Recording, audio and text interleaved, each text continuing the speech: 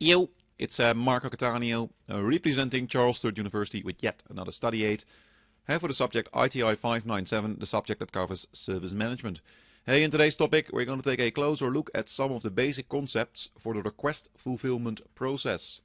So some of the basic concepts for the request fulfillment process. Yeah, basic concepts for request fulfillment, a service request model. Hey, many service requests are similar. Can you please reset my password? Can you please reset my password? Can you please reset my password? I want a toner unit. I want a toner unit. I want a toner unit. So they require an approach that is like predefined, so you know what to do. It's consistent, so anyone can do it. It's repetitive, so the outcome will always be the same. And it's measurable, so you can measure your own efficiency and effectiveness. So hence the answer is like looking at or using so-called service request models. Service request models. So what's a service request model? Well, they should describe the steps that you go through, so the steps that you follow to fulfill the service request. The order of steps, so like the chronological order, any dependencies, any co-processing that needs to be done by other functions and other processes. Responsibilities, like who's going to do what, who's going to fill in the forms, and who's going to order, for example, the new mobile phone battery. Timescales and thresholds, so how much time do we have, and if we don't meet it, what are we going to do? So that also leads to escalation. If we can't meet the targets, then who should be contacted and when. And last but not least, also we need to think of some evidence preservation activities, storing all the forms, filing all the forms. So if the auditor comes in, he or she can actually see we've done a proper job. So service request models, it's really the workflow you are following for specific types of service requests. Yeah, it took me a while to get this. It's a bit of a strange one, really. The change management process and the request fulfillment process. I mean, standard changes are pre-approved by change management. I mean, they are accountable for all the changes, including standard changes. So we've got change management, they deal with all the changes. Now we've got request fulfillment. And it says here, service requests will usually be implemented by implementing a standard change. I mean, if someone wants to order a replacement battery for their mobile phone battery, and it's a standard mobile phone, then surely the manager can sign for that. I mean, the business manager can sign for that, and it doesn't really have to go into IT. It doesn't really have to go to change management. So in other words, request fulfillment will become responsible for dealing with many of those standard changes.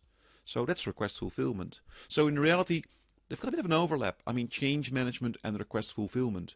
Change management, of course, they are dealing with all the changes. They are accountable for all the changes. But the request fulfillment is actually responsible to deal with many of those standard changes. So change management actually delegates a number of responsibilities towards request fulfillment. I mean, that's how they work together. I mean, you can delegate responsibilities, but you can't delegate, of course, your own accountabilities. Yeah, yet another relationship, the request fulfillment process and the service desk function. I mean, ownership of all these service requests should reside within the service desk. They will open, they will monitor, they will escalate, they will dispatch, they will fulfill many but not all, and finally close many of these service requests. Realize request fulfillment is a real process. I mean, it's cross-functional. It overlaps with functions of the service desk, second level support, and third level support. I mean, if I'm a user and I request a new battery for my mobile phone, it may arrive initially at the service desk, but then of course another function like procurement will actually order the mobile phone. So you've got functions working together as part of the request fulfillment process, and the service desk will keep an eye on all those service requests. Yeah, practice what you preach. Of course, it's about understanding those basic concepts for the request fulfillment process. Hey, examine your own organization. What type of service requests are standardized or proceduralized, if there's such a word? I just made it up, proceduralized, because I like it. Captured in some type of workflow. I mean, which ones are like automated and integrated?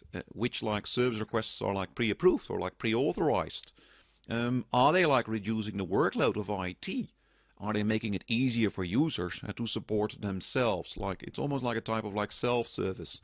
So think about some of these like examples and have fun with the exercise. Yeah, what's up, Doc? It's a simple question. Which one of the following statements is incorrect, considering the request fulfillment process? Answer A.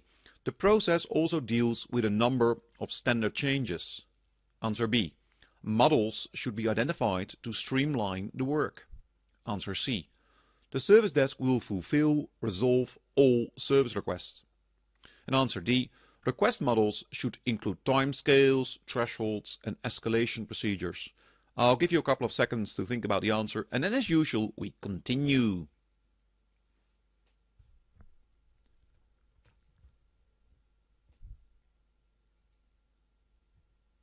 Okay, so what's the answer? The incorrect answer, or the answer in this scenario, is answer C. I mean, the service desk it's where everything will start. They will initiate, or a lot of like the service requests will be initiated at the service desk, but not all of them will be completely fulfilled or resolved at the service desk. Like many service requests will go to like other functions and other business units to get like completely fulfilled. Does that make sense?